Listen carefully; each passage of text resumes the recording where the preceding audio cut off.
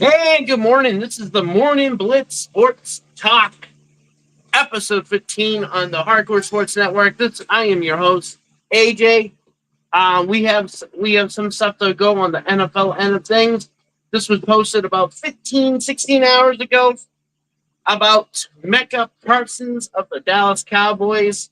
Jerry Jones, this is exactly from Jerry Jones, expects Mecca Parsons to play in the opener while he's under contract.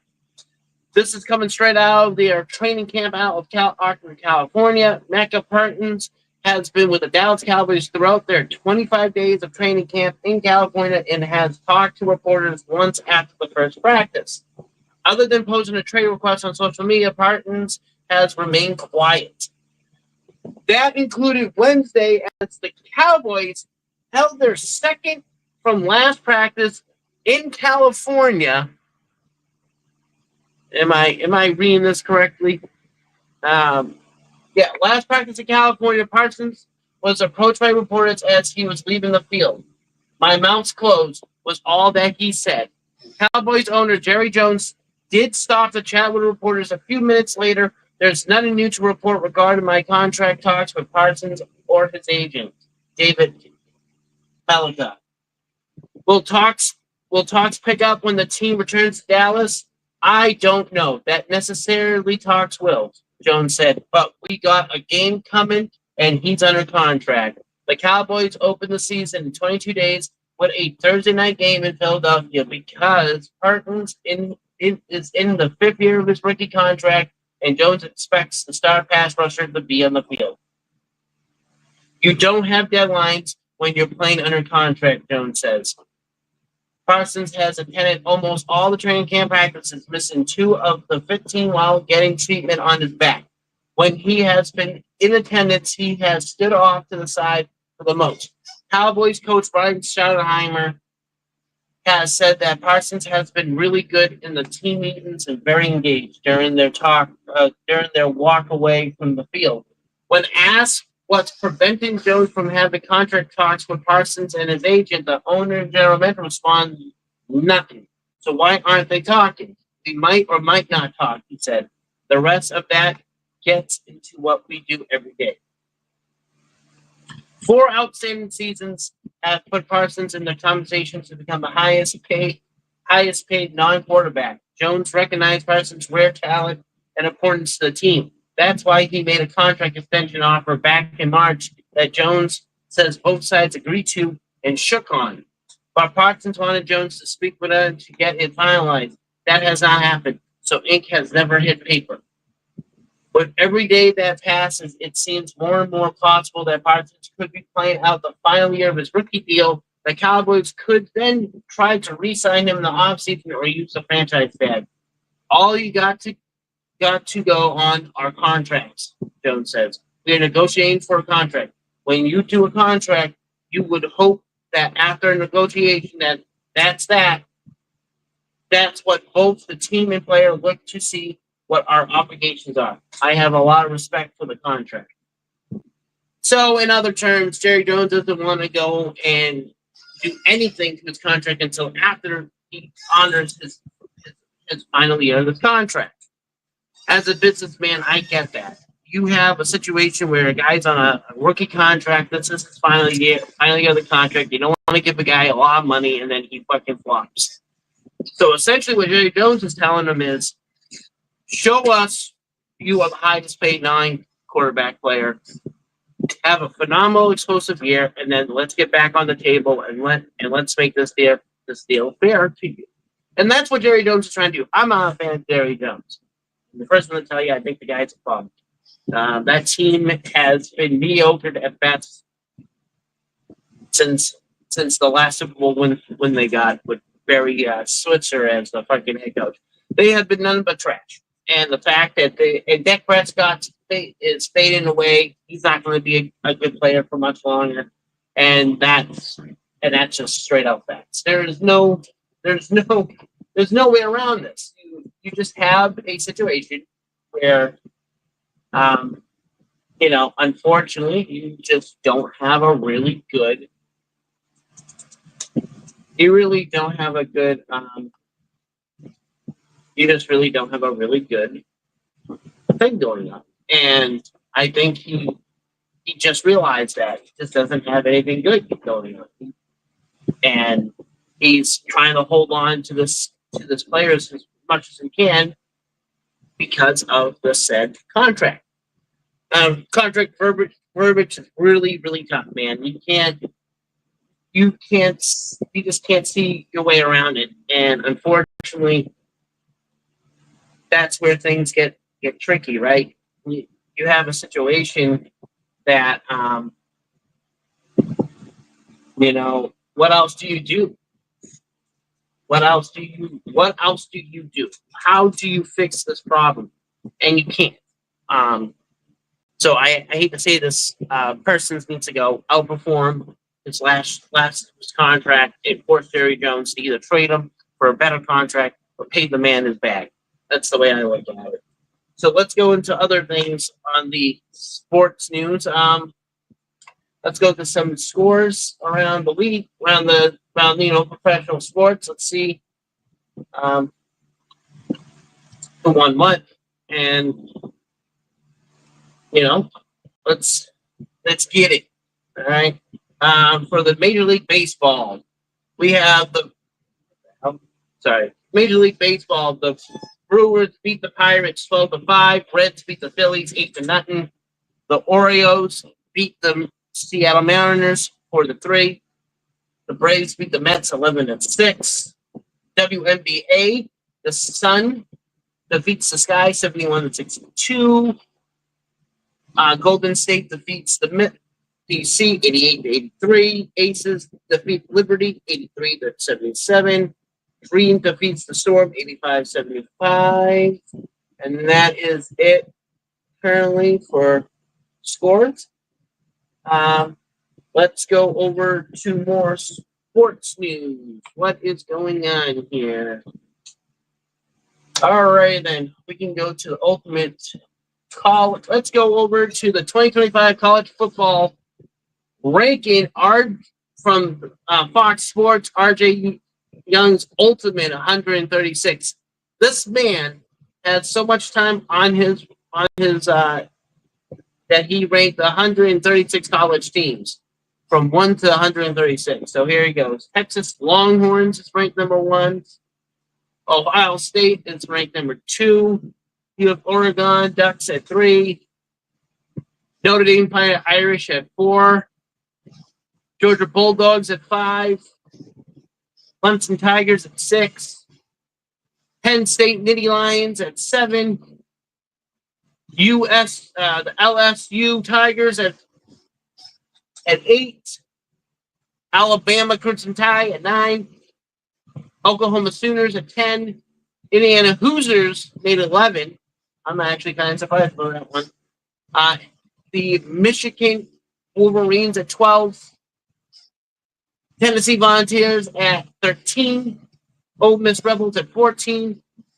Missouri Tigers at 15. The Illinois Fighting Inn at 16. South Carolina Gamecocks at 17. 18 is the Miami Hurricanes. Kansas State Wildcats at 19. Texas A&M Aggies at 20. 21 Florida Gators. 22 is Texas Tech Red Raiders.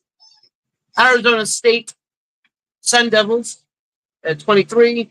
24 is MSU Mustangs. I'm happy to see them in the top 25. Colorado Buffalo rounds that off at 25. It's the top 25. 26 is the USC Trojans. 27 is the Louisville Cardinals. The 28 is Iowa State Cyclones. 29 is Iowa Hawkeyes. 30 is Nebraska Cornhuskers. 31 is Houston Cougars. 32 Syracuse Orange. 33 is Kansas Jayhawks. 34 is Florida State. 35 is North Carolina Tar Heels. All right. So I'm going to stop on this and I'm going to read this about the Tar Heels because Bill Belichick is the big focus, right? So at 35, North Carolina Tar Heels are ranked in the 136. That's pretty high for a team that normally doesn't do that really well.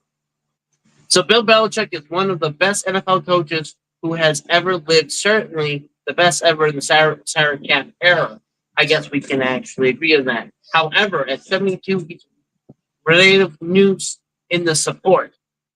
There are those obvious figures like Jimmy Johnson, Barry Switzer, and Pete Carroll, all of whom were head coaches in the NFL and at Power 4 level. Each won at least one Super Bowl and a national title. But what Belichick is attempting to do is more like what Deion Sanders has done at Colorado. Belichick is a coach with a once-in-a-lifetime resume, but he is set to take over a program that lacks identity apart from some success with Matt Brown. He's building an NFL-style coaching staff and hopes to hit the ground running with a roster called from transfer portal. It took Sanders 1 year at Colorado to get it right. I dare Belichick to do better. North Carolina win total odds are over 7.5 plus 136 and under 7.5 negative for 168. Oh, I don't know how to really take this, guys. I don't think Belichick. College football is very difficult. It's a different. It is a different. It's a different beast. And what Deion Sanders has done in a year for Colorado is just nothing short than America. But then again, we saw him doing that in Jackson State. So he had practice before he went to Colorado. He known how to fix a program, and that's what he did when he went to Colorado. Bill Belichick has never done the college rankings. It's been majority of his career in the NFL. So this is a whole different situation here for Belichick. Where does Belichick go? Now, I'm going to go dig a little bit while we're on this conversation a bit. Let's go. I still think 35 is a pretty high ranking for North Carolina. And this goes back to what I said. He's so high on this because of his resume. Like, let's be real. They're only doing this because of his resume. If he never did so well in the NFL, and a lot of this wouldn't happen. So let's go over to his coaching history, right? 1975, Baltimore Colts special teams. 1976, Detroit Lions assistant special teams. 1977, Detroit Lions wide receiver tight end coach. 1978, Denver Broncos assistant tight special teams defensive assistant. 79, New York Giants special teams and defensive assistant. From 1980 to 84, New York Giants special teams and linebacker coach. From 1985 to 1990, he was New York Giants defensive coordinator. And then from 1991 to 1995, Cleveland Browns head coach. 96, New England Patriots head coach, DB. From 1997 to 99 was New York Jets assistant head coach and defensive coordinator. And then obviously we know where he was from 2000 to 2023. He was New York Patriots head coach. And now he is the North Carolina head coach. So here you go. Also, as he was in both Cleveland and New England, he was de facto general manager as well during his tenure. So he has never, ever coached on the college level. So he is legitimately, under the definition, a rookie going into this. His NFL record overall is 333 wins to 178 losses. His NFL playoffs record is 31-13. So it's a six-time Super Bowl champion as a head coach and a two-time as an assistant head coach. So he is altogether an 8-time Super Bowl winning coach. All right. He's a 3-time AP NFL Coach of the Year. He is the Maxwell Club NFL Coach of the Year of 2007. He was the NFL 2000s All-Decade Team, 2010s All-Decade Team, NFL 100 Anniversary All-Time Team, New England Patriots All-2000s Team, the New England Patriots 50 Anniversary Team, New England Patriots All-2010s Team, the New England Patriots All-Dynasty Team, and then he was the PFWA Executive of the Year in 2021. NFL records, most Super Bowl wins, 8. Most Super Bowl wins as the head coach, 6. Most Super Bowl appearances, 12. Most Super Bowl appearances as a head coach, 9. Most playoff wins as a head coach, 31. Most playoff appearances as a head coach, 19, which is tied. And then most divisional championships as a head coach, 17. This is a very overwhelming, impressive resume going into his first year as a head coach of an NCAA football program. Okay, the University of North Carolina should be blessed to having Bill Belichick. And I'll be 100% honest, I was never a big fan of Bill Belichick when he coached Cleveland and when he coached New England. You know, some people don't know this. I started off as a Cleveland Browns fan before they relocated to Baltimore, and I just stuck as a Raven. I don't even consider the Cleveland Browns now the Cleveland Browns. The Cleveland Browns are the Baltimore Ravens, and I'm going to stick it to that. And if you don't like that, you can suck my dick, Cleveland. Now, let's go back real quick. This is the big thing. What is North Carolina going to do when Bill Belichick plays their first game of the season? Now, that's a good question. I have to go look at their schedule. So let's go to Tar Heels football schedule for this year. I know it came out. I think it came out.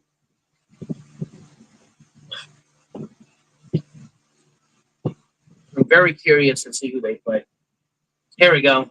Game September 1st, TCU. All right, so I'm assuming week one at TCU with TCU, game 2 Charlotte, game 3 Richmond. What the hell?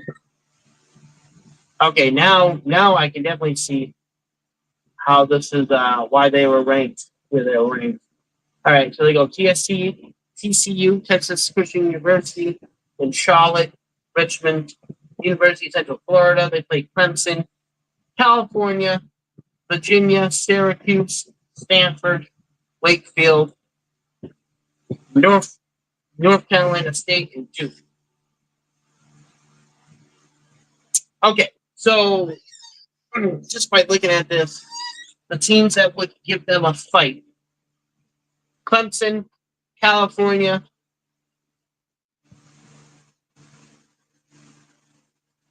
North Carolina State, Duke, maybe. I think everyone else is a Central Bertofine win. Oh, TCU. So TCU, California, Clemson, and North Carolina State are probably going to be the only team, and Duke are probably going to be the only teams that are going to give them a fight. 1, 2, 3, 4, 5, possibly 6. But I'm going to be fair. If they don't go undefeated, I'm going to be absolutely shocked.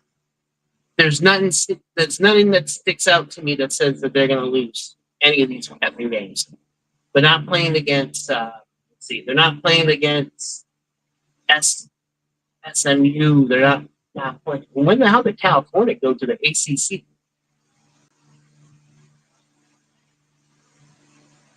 I'm confused. Why is there 2 teams from California in the Atlantic Coast Conference? Geographically, these leagues suck at their job. None of these teams should be where they're located, and it makes no sense to me. Like Big Ten, you can be anywhere because it's called Big Ten, but you're the ACC. You're supposed to be the Atlantic Coast Conference, and you have 3 teams. They're not even from the Atlantic Coast. Like, how does that make any sense? And then the AAC, we have Charlotte. God, college football is getting confusing, man. I don't know how this even happens. And then UConn and Notre Dame are the only independents. So there's no more independent teams anymore, huh? They all went to different conferences. The MAC looks pretty good. So does Northwest. I thought teams. Oh yeah, that's time until 2026 for the Pac-12. Pac-12 is still 2 teams right now: Oregon State and Washington State, and the Sun Belt State has divisions, West and East. I thought that Southeast Conference was the same way. Huh? They're changing a lot of shit, man. College football is way too complicated for me. I'm just gonna stick to my bubble, I guess.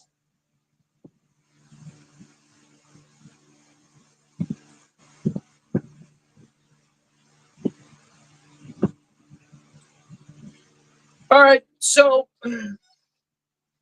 So going back to what I'm trying to explain here. So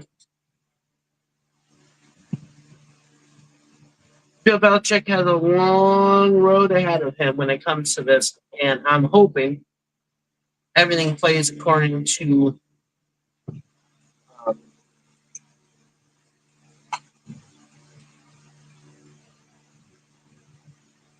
hopefully it all works out in the end, you know.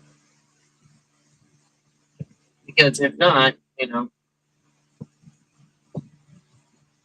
it's going to be a tough sell. I would say like a very tough sell. And but question is, where does everyone feel? Like, does everyone understand where all this goes? Like where do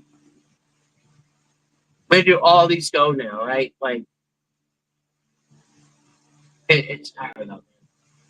College football is going to be very interesting. All right, so let's go back to the NFL news. I'm done talking about college football. It's nothing more than a headache for me at times. I mean, I can sit there all day and read off the 136 ranks, but I'm just not. I'm not going to do that. That's just a lot for me to do. But let's go to some NFL news, right? All right, let's go. Let's go. Jerry Jones reveals that he had a cancer diagnosis. Let's see what that was. He credits experimental drug. So Dallas Cowboys. This was also posted yesterday. Dallas Cowboys owner Jerry Jones cited an experimental trial of drugs for successful treatment of advanced mania as he disclosed his cancer diagnosis publicly for the first time. Jones revealed his illness in the documentary America's Team, The Gambler and His Cowboys, which will debut on Netflix next week. The 82-year-old Jones then told the Dallas Morning News how he was intentionally diagnosed in June 2010 and underwent 2 surgeries on his lung and 2 on his lymph nodes over the next 10 years after skin cancer cells were moved to the other parts of his body. I have saved by a fabulous treatment and great doctors and a real miracle drug called PT1 therapy, Jones said. I went into trials for that one, and it has been one of the great medicines. I now have no tumors. First year Cowboys head coach Brian Turner described Jones' fight with cancer as an amazing story and praised him for going public. I'm glad that Jerry shared it just because I think it gives people hope. Schottenheimer said Wednesday, it gives people the strength to say, okay, hey, we can beat this. Schottenheimer, 51, used his last news conference of the Cowboys' nearly month-long stay in Southern California to talk about his own cancer diagnosis and underwent surgery in 2023 for thyroid cancer at the Mayo Clinic in Rochester, Minnesota. Okay, I'm going to kind of pause this a bit here. I had thyroid cancer, got diagnosed last year, had all my thyroids removed, and I'm gonna be honest. If you don't treat it correctly with the right medicine, it can come back. Which that's the problem we're facing right now. I'm on filthy rich, and sometimes Marty Schweinheimer. From what I'm reading, then Washington Commanders owner Dan Sand helped arrange Schweinheimer's treatment 2 years after firing his father.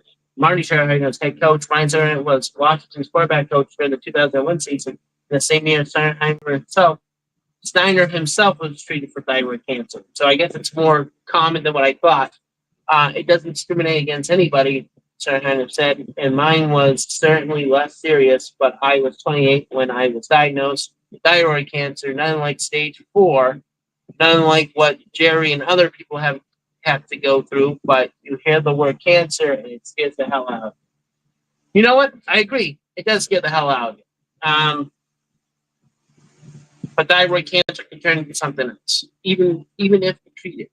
I guess it's my PSA to tell people, please get your checkups. And I hope no one goes through that That's it. It's a horrible situation when you go through any of that crap, and it's like it's rough. It's rough. All right, so I'm gonna read this. This is NFL predictions here. A fantastic four. Sorry about that. So Broncos. So a gel. Oh my God! It's the herd with Colin Caller. And so here's his final regular season predictions, including Denver Broncos win the AFC West, Green Bay Packers landed back on top of the NFC North, and the Los Angeles Rams clinching a wild card spot. So he has Texans, Rams, Lions, Ravens, Patriots, Seahawks, Broncos, Chiefs, Buccaneers, Packers, Bengals, Eagles, Commanders, and Bills, all of the playoffs. I don't know about the Bengals. Bengals are a dumb spot. This man does horrible picks. This was done 20 hours ago, so this is fresh. This is a new pick. So as I sit here and I'm looking at his list and I'm thinking to myself, like, I have to write this down because I want to write this down as an epic fail and then kind of like do my own version of this, sort of, because I like doing these NFL prediction things because, like I told people, I have my predictions during the regular season, preseason predictions, and then after week 5, I go back to my predictions and say if I'm going to change anything. So if I was going to go according to what the preseason has given us right now, and we're week 2 in, right? Week 2 into the preseason. This is for any roster cuts. I'm trying to remember when the roster cuts stopped coming in. Taylor, I don't know if you guys noticed, but Taylor Swift was on The Neighborhood, the Kelsey Brothers podcast, and I guess that's the most time I've ever heard her talk, and I can say she's like a normal human being. You know, it's not like that snobby, and I am not a Taylor Swift fan, so please don't come at me. I found it to be very fresh that she swore, and she had some type of like, she's almost human. It sounds so funny to say it like that, but that's just the way I'm looking at it. Like, she's human, you know? She's not, it didn't feel fake to me, which I was very surprised about. I recommend the Kelsey Brothers podcast if you want to have some good laughs and some outrageous stories. Those guys are bona fide comedians. I would definitely go check it out. So let's go into the current NFL preseason records right now, and then I want you guys to soak in my predictions after I read this. This is only week 1, week 2's coming up, so I'm probably going to wait until the final week of the preseason, and based on whatever the records are, I'll give you the final preseason prediction, and then exactly after week 4, I'll give you my final. You know, it is a long season. 17 games is a long season, so if I wait until week 4 to give you my regular season predictions and match it up to my preseason, then how much of I'm right, how much am I wrong type of scenario is going to play. So the Jets are 1-0, Patriots are 1-0, Dolphins have a tie, Bills are 0-1, Ravens are 1-1, Steelers 1-1, Cleveland's 1-1, Bengals bottom feeders like normal. Everyone in the NFC South lost, not surprised. Chargers are 2, Broncos 1, Raiders got tied, Chiefs got a loss. NFC East is split. Giants, Eagles for wins, Cowboys and Commanders for a loss. Minnesota Vikings with a win. Detroit's 50-50, 1-1. Chicago has a tie, and then Packers have a loss. Buccaneers 1 win, and the rest of the South with losses. The West, Rams, Cardinals for the win. Seahawks for the tie, 49ers for the loss. That's the current postseason records right now. Like I said, when I do these predictions, I wait until like week 3 of the preseason. I give out my what I think could happen. These are not guaranteed predictions. What I can think can happen, and then on week 3 of the week 4 of the reg. I normally wait to week 5, but because it's like 17 games, I'll do week 3 of the regular season and then give you my final. You know, but I will do something pretty cool every week during the NFL regular season. We will go into prediction mode for that week. It's only week 1, and also a program update. I will not be able to get to the Premier Lacrosse League Championship game. Unfortunately, I had a car accident. A moose hit me, and I don't have a vehicle anymore. So me going and making that trip is not feasible. That's just not going to happen now. I want to apologize to everyone. I really wanted to go to a championship game. I really wanted to um, build something off of that, kind of use it as like a school, and it just not happening. And I want to apologize to everyone who was expecting something out of it, and it just did not. It did not turn into something, and I apologize to everybody about that. Um, my health goes first, and hopefully, we can get back to it at some point. But as of this moment, that's just not feasible, and I want to at least apologize.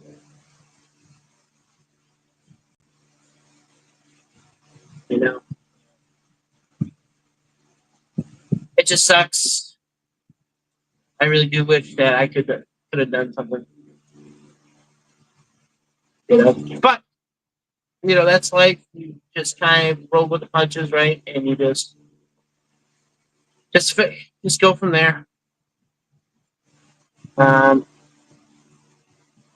but enough of the doom and gloom, I guess. Let's get right back to the nitty gritty of this podcast.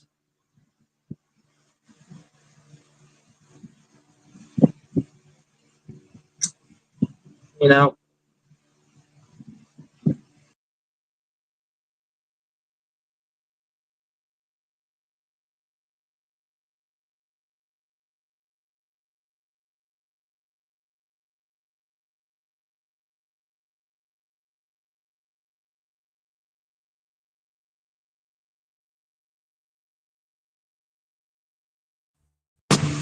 but there you go, guys. We got the nitty gritty out of the NFL, NBA, WNBA. It feels like there's not much sports minus baseball. Now, who do you think's going to make the Major League Baseball? Who's going to win the World Series? Uh, let's go. Let's go look at the good old Major League Baseball standings. How many games are left before the regular season and the hunt for October starts? Tell you right now. So right now, American League East, you got the Blue Jays 70 wins, 51 losses. Red Sox 66-56. The crappy Yankees 64-57. The Rays 59-63. The Baltimore Orioles 54-66. Detroit Lions 70-52.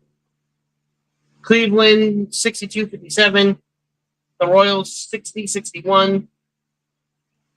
The Twins 57-63. The White Sox 44-77. That's the American League. East and Central, the West. The West Division 68-53. Houston 67-54. Seattle 61-61. Texas Rangers. Angels are 59-62. And the Athletics are 54-69. And the National League East, Phillies are 69-51. Mets 64-56.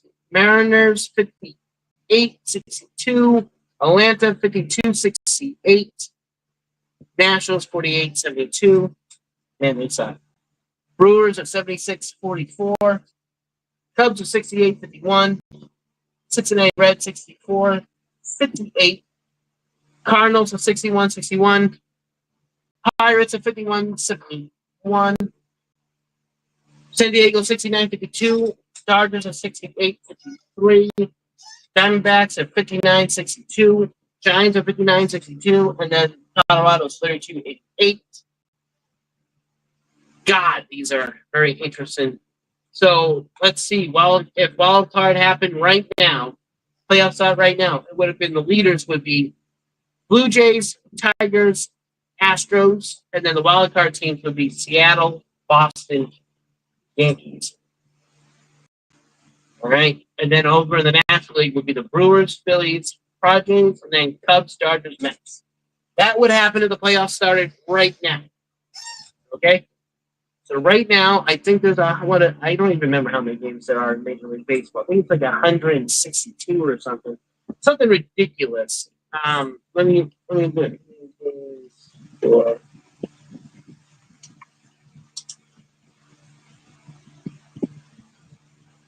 162 games. Okay, so they play 162 games.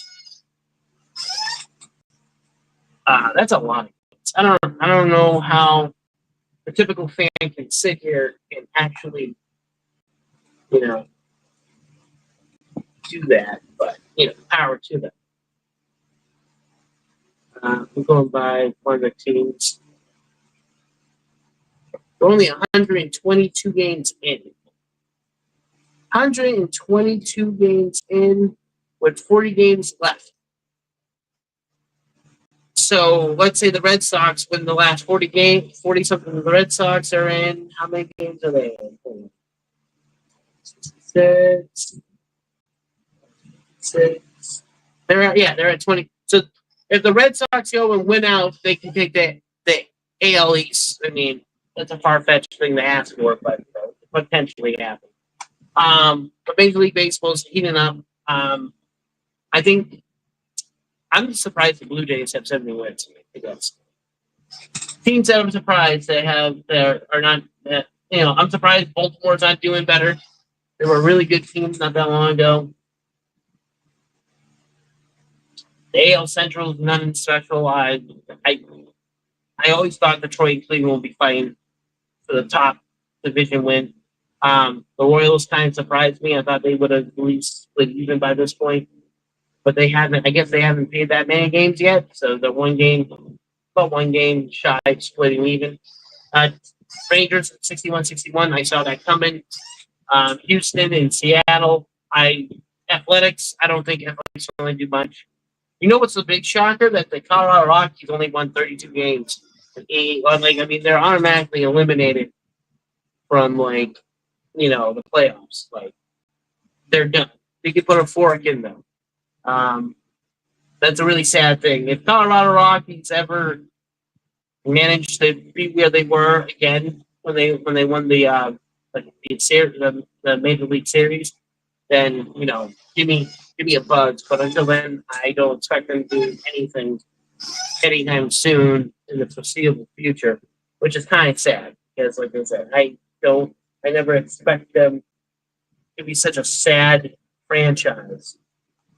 They play a lot of games, and I just don't understand why baseball plays 100+ games. I'll be the first person to tell you I never was in favor of that at all. Okay, think about it. New York Yankees have 27 World Series, right? 27 World Series. Dodgers have 8. And then you have to go and you have to look at it like who's won all the championships, right? So you go over this. In 1903, the Boston Americans won, and this is when it was a single game elimination before they did the 7-game, 7 series to it. So here we go. New York Yankees, 27 wins, 14 losses, 41 appearances. St. Louis Cardinals, 11 wins, 8 losses, 19 appearances. The Athletics have won 9 World Series, lost 5, 14 appearances. Red Sox, Boston Americans / Red Sox, 9-4, 13 appearances. My youngest son was born on the day that the Red Sox won the World Series in 2013. The Dodgers 14 appearances. Jesus Christ, that's pretty bad. They're in only 22, but they only won 8. The Giants have won 8. The Reds have won 5. Pirates won 5. Tigers won 4. Braves won 4. Cubs won 3. The Orioles won 3. The Twins won 3. The White Sox won 3. Phillies won 2. Indians won 2. Mets won 2. The Astros won 2. Royals won 2. Jays won 2. Miami Mariners won 2. So there's only a team with 2 appearances, and they essentially went 2-0. The Rangers won 1, 3 appearances. Diamondbacks went 1-1. Angels won 1. The Nationals won 1. 2018. Padres are 0-2. The Rays are 0-2. The Brewers are 0-1. Wait a minute. Oh yeah, because okay. Rockies are 0-1, and Seattle Mariners have never went or even appeared in the World Series. So that tells you something right there. That tells you baseball is another sport that's very hard to win a championship in, unless you're a solid, team, and they don't have salary cap like the NFL does. I do know that. I do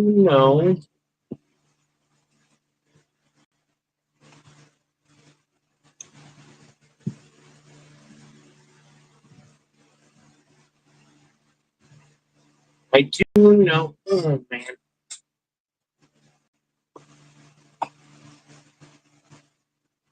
I do know that Major League Baseball is a tough sport in general. 162 games, that's hard. I mean, it's not physical, but it must be fatigue driven. All right, guys. Well, this is the morning blitz. I'll be back tomorrow morning. I'm gonna keep it at 10. I think 10 a.m. is better for me, and I'll talk to you guys soon.